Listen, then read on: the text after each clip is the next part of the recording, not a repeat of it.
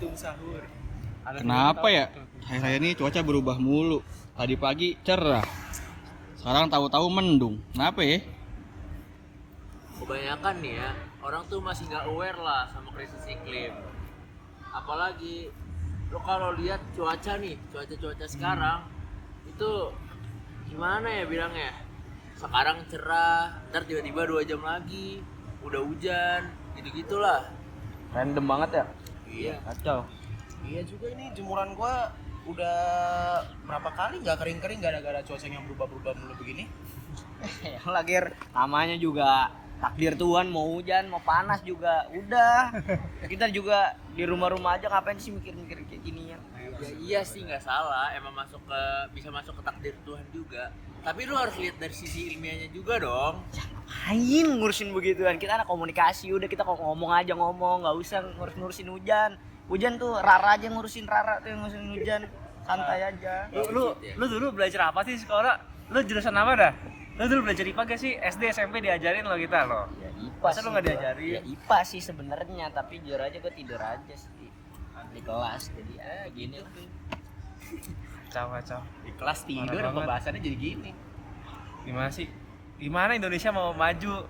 Indonesia emas 2045. Jadi Indonesia cemas 2045. Udah tenang.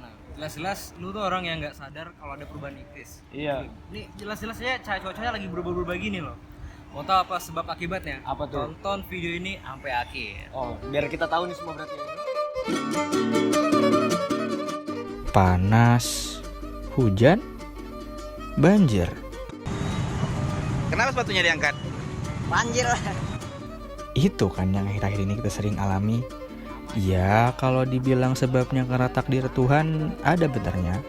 Tapi, ayo kita pakai pikiran rasional kita, apa penyebab di balik ini?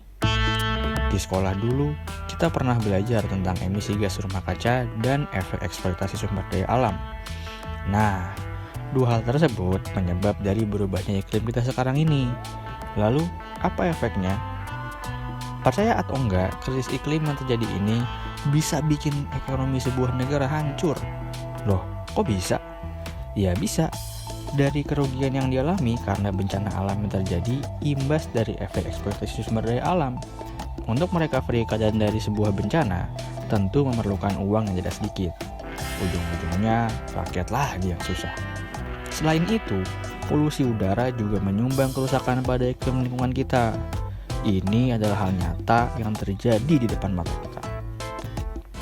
Ini adalah Pak Adam, seorang driver ojek online yang merasakan dampak buruk dari kondisi lingkungan saat ini. Sebenarnya sih terganggu juga dengan adanya debu-debu kan, bisa membuat mata pedih juga. Benar ya Pak ya? Iya, napas juga agak ibaratnya kita terkendala gitu. Kita sebagai anak muda harus menyuarakan hal ini. Kita harus sadar bahwa krisis iklim bukan hal sepele, namun akan berdampak besar dan menimbulkan efek jangka panjang.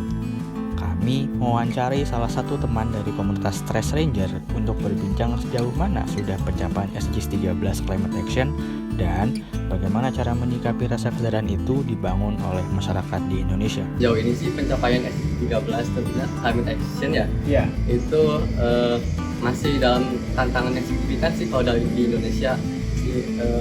Buktinya dari berdasarkan Sustainable Development Report 2004 itu masih menunjukkan angka 2,1 ton emisi CO2 fosil hasil pembakaran gitu.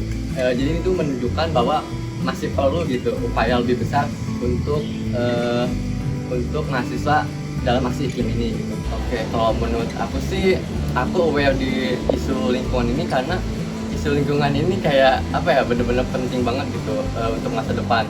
Karena peran pemuda itu sangat penting, apalagi peran pemuda yang jadi tindakan yang saat ini tuh penting banget untuk masa depan gitu. Jadi jadinya penting banget gitu untuk masa depan. Nah, untuk tantangannya ya yang kayak tadi saya bilang itu masih kurangnya kesadaran masyarakat gitu terkait isu lingkungan ini. Jadinya itu tuh menjadi tantangan yang lumayan signifikan lah yang dihadapi komunitas-komunitas sekarang gitu. Isu lingkungan ini harus kita terus suarakan, karena kerusakan dan kelumpuhan ekonomi negara bisa benar-benar terjadi jika hal ini kurang disadari. Jadi, kalian udah sadar belum?